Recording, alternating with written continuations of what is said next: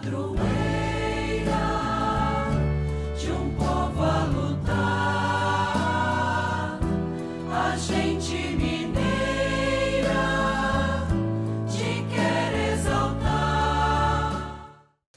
Amado irmão, amada irmã, saúde e paz. Aqui estamos, por graça de Deus, para proclamar a palavra santa e por ela iluminar o nosso caminho e a nossa mente, desafiados que somos a encontrar novas respostas no mundo que precisa do amor de Deus. Hoje, renovamos à luz da devoção ao Sagrado Coração de Jesus, nesta primeira sexta-feira do mês de julho, nosso compromisso de termos e cultivarmos em nós os mesmos sentimentos de nosso Mestre e Senhor. Esse é o verdadeiro sentido da devoção ao Sagrado Coração de Jesus. Pautar a nossa vida nos seus sentimentos. Interpela-nos e nos desafia a palavra que o Senhor nos diz, quebrando toda possibilidade de presunção e preconceito. Aprendei, pois, o que significa: quero misericórdia e não sacrifício. De fato, eu não vim para chamar os justos, mas os pecadores. Explicita esse desafio o que nos comentários sobre os Salmos Santo Agostinho diz: há pessoas que se consideram fortes não pelas riquezas, não pela força física, nem por qualquer outra dignidade, mas pela confiança na própria justiça. É preciso evitar, meu irmão, minha irmã, temer e fugir deste gênero de fortes, ao invés de imitá-los. Confiam não em seu corpo, não em suas riquezas, não em sua estirpe, nem em suas honrarias, mas, repito, presumem de sua própria justiça. Aliás, quem não constata ser tudo isto fugidio, frágil e passageiro, exposto à usura do tempo, esta espécie de fortaleza impediu os judeus de passarem pelo buraco da agulha.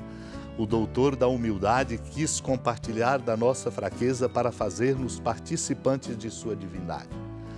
Veio para mostrar-nos a estrada, tornando-se ele próprio o caminho. Deu-nos o exemplo, sobretudo, de humildade. Por isso não desdenhou ser batizado por um servo, a fim de ensinar-nos a confessar nossos pecados e reconhecer nossa fraqueza, tornando-nos fortes e fazendo nossa palavra a palavra do apóstolo: quando estou fraco, então é que sou forte. Quanto àqueles que quiseram ser fortes, equiparando sua força à sua justiça, tropeçaram na pedra de escândalo. Tomaram por um bode qualquer o divino cordeiro, e porque o mataram como um bode, não mereceram ser resgatados pelo cordeiro.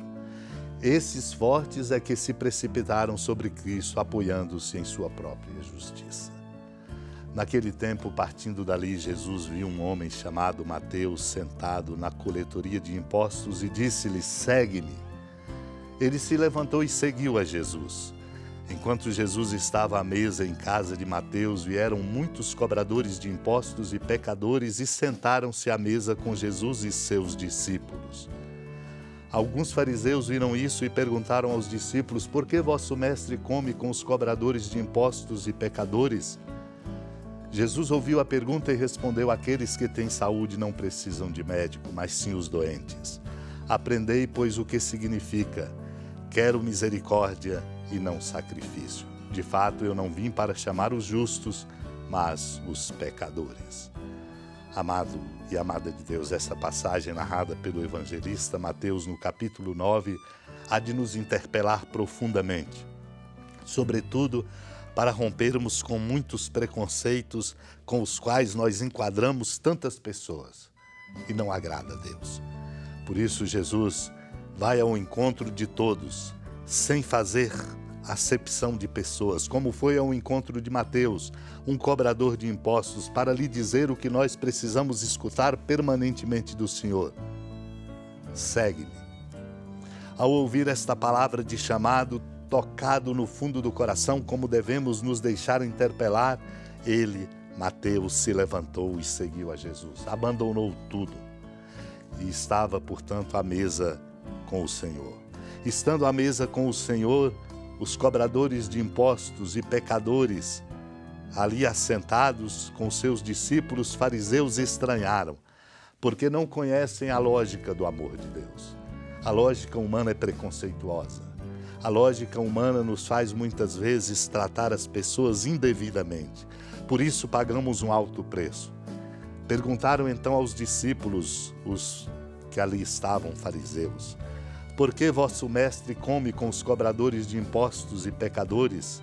Jesus ouviu e por isso lhes diz algo que é evidente, que explicita a estreiteza do modo deles pensar.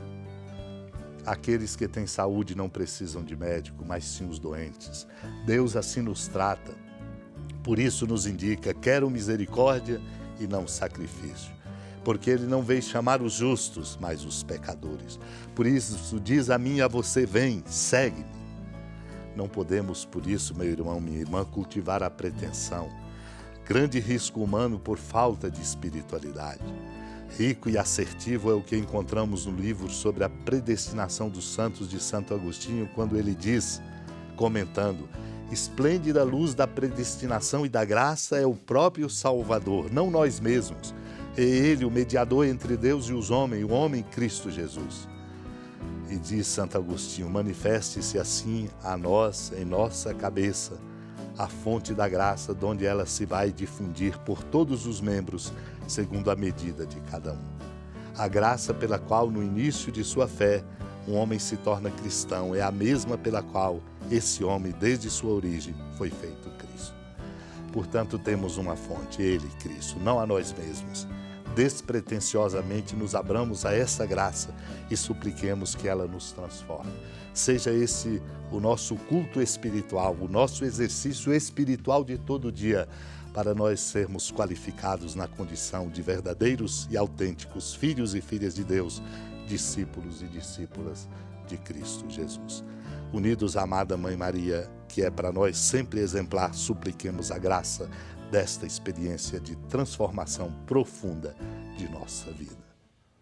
Senhora da piedade, Mãe Virgem do Cristo Deus. Lembrai-vos, ó piedosíssima Virgem Maria, que nunca se ouviu dizer que alguém daqueles que, tendo recorrido à vossa proteção, implorado a vossa assistência e reclamado o vosso socorro, tenha sido por vós desamparado.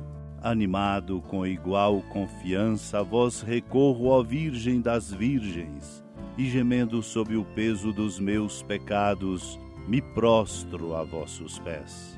Não desprezeis as minhas súplicas, ó Mãe do Verbo encarnado, mas dignai-vos de as ouvir propícia e de me alcançar o que vos peço. Amém. Feliz padroeira de um povo a lutar, a gente mineira te quer exaltar,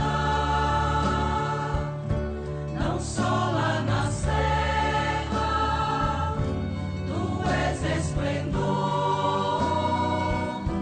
de toda esta terra, também és fulgor.